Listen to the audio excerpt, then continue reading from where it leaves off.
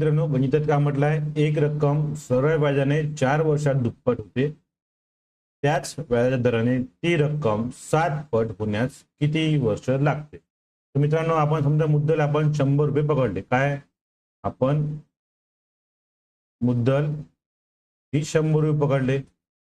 100 ते 4 वर्षात का होते म्हणजे दुप्पट. दुप्पट म्हणजे व्याजासोबत रास किती होते 200. ही का झाली, ही रास झाली.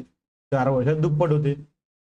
तर मित्रांनो, इथं व्याज किती मिळालं, रास बरोबर का या रास मधून आपण या रास मधून मुद्दल वजा केली, ही किती उरलं 100 रुपये व्याज मिळालं.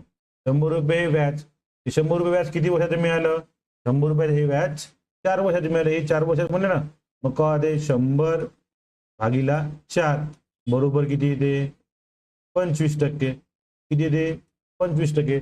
त्याच व्याजदराने ती 7 पण एका वर्षाचं व्याज किती आहे मग 25%. मग काय म्हटलं, त्याच व्याजदराने ती रक्कम 7 पट होण्यास किती वर्ष लागतील. मग लिहा मुद्दल. मुद्दल किती 100 रुपये, इथून किती 7 पट. 7 पट म्हणजे 700 रुपये. आता यामधून यामधून हे वजा करा, रास मधून मुद्दल वजा करा, किती येते मग 600 रुपयाला व्याज मिळालं. मग 600 रुपये किती वर्ष मिळालं, 600 म्हणजे 600% व्याज मिळालं.